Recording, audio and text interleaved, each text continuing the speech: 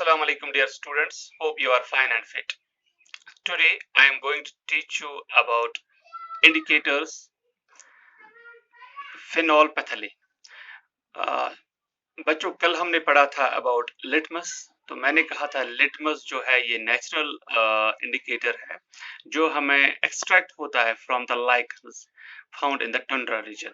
तो वहां से ये जो लिटमस होता है ये in the form of solution भी होता है हमारे पास, red litmus and blue litmus, और ये हमारे पास होता है in the form of strips भी होता है।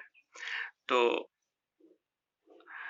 आज हमें पढ़ना है अबाउट दूसरा जो ये इंडिकेटर है, दैट्स कॉल्ड फेनोल्फथलीन। फेनोल्फथलीन जो होता है, it is an organic die preparing it by dissolving it in an alcohol। तो फेनोल्फथलीन जो होता है ये ऑर्गेनिक डाई है। इसको प्रिपेयर करने के लिए हमें इसको डिसॉल्व करना पड़ेगा अल्कोहल में, और जब इसका सॉल्यूशन बनता है तो वो कलरलेस सॉल्यूशन बनता है। सो क्या होता है फेनोल्फथलीन? फेनोल्फथलीन एक ऑर्गेनिक डाई है जिसको हमें प्रिपेयर करने के लिए इसको हमें डिसॉल्व करना पड़ेगा अल्कोहल में, और जो ये सॉल्यूशन फिर बाद में बनता है वो कलरलेस बनता है। फिर अगर हम कुछ ड्रॉप्स फेनोल्फथलीन के ऐड करेंगे बेसिक सॉल्यूशन में, तो जैसे बेसिक सॉल्यूशन हमारे पास है सोप सॉल्यूशन, हमारे पास है वॉशिंग सोडा सॉल्यूशन, हमारे पास शैम्पू सॉल्यूशन है, तो ये कलर चेंज करता है। यहाँ पे इस सॉल्यूशन का कलर चेंज होता है डीप पिंक कलर। यानी अगर हम फेनोल्फथलीन के कुछ ड्रॉप्स बेसिक सॉल्यूशन में डालेंगे, चाहे वो सोप सॉल्यूशन हो, चाहे वो वॉशिंग सोडा सॉल्यूशन हो, चाहे वो शैम्पू सॉल्यूशन हो, तो उस सॉल्यूशन का कलर चेंज होता है इनटू डीप पिंक कलर। लेकिन एसिडिक सॉल्यूशन और न्यूट्रल सॉल्यूशन पर उसका कोई असर नहीं होता। यानी फेनोल्फथलीन जो है ये एक ऐसा इंडिकेटर है, इसका असर बेसिक सॉल्यूशन, जब इसके कुछ ड्रॉप्स, जैसे कि पहले हमें इसको सॉल्यूशन बनाना है और सॉल्यूशन बनाने के लिए इसको हमने डिसॉल्व करना है अल्कोहल में।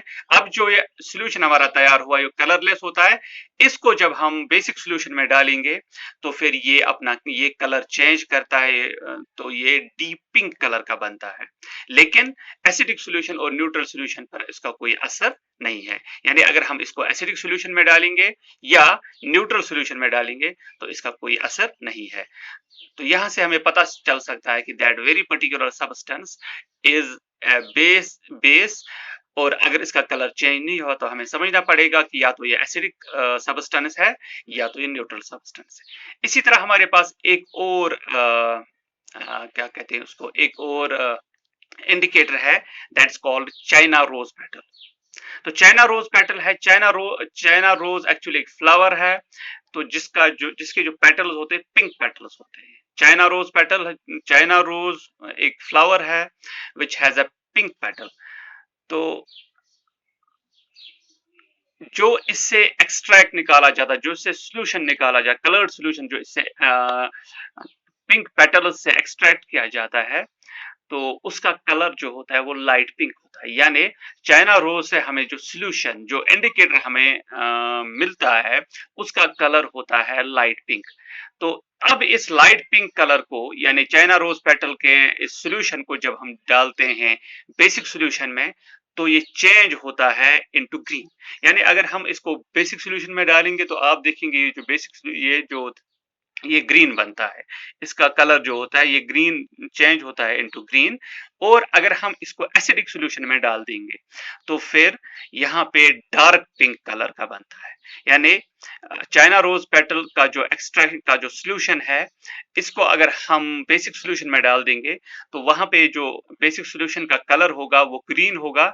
तो हमें और अगर हम इसको एसिडिक सॉल्यूशन में डाल देंगे तो वहां पे उस सॉल्यूशन का कलर डार्क पिंक होगा। तो हमने यहाँ पे समझना है कि चाइना रोज पेटल का जो सॉल्यूशन है, उसका जो एक्सट्रैक्ट है, इसको अगर हमने इसको किसी सॉल्यूशन में डाला और कलर चेंज हुआ ग्रीन, तो समझना चाहिए कि वो सॉल्यूशन बेसिक है।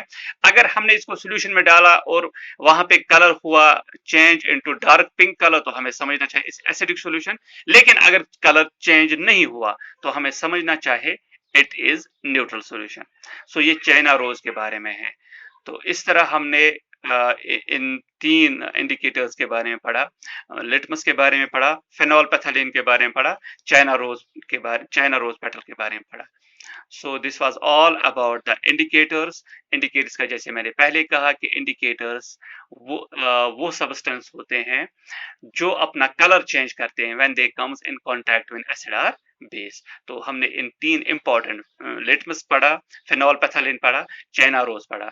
होप कि आपने इन तीनों को अच्छे से अंडरस्टैंड किया होगा और और आपको याद रखा होगा। तो कल इंशाल्लाह नेक्स्ट टॉपिक के साथ फिर हाजिर होते हैं, that is the general properties, general physical properties of acids. Till then अल्लाह हाफिज, अस्सलाम वालेकुम।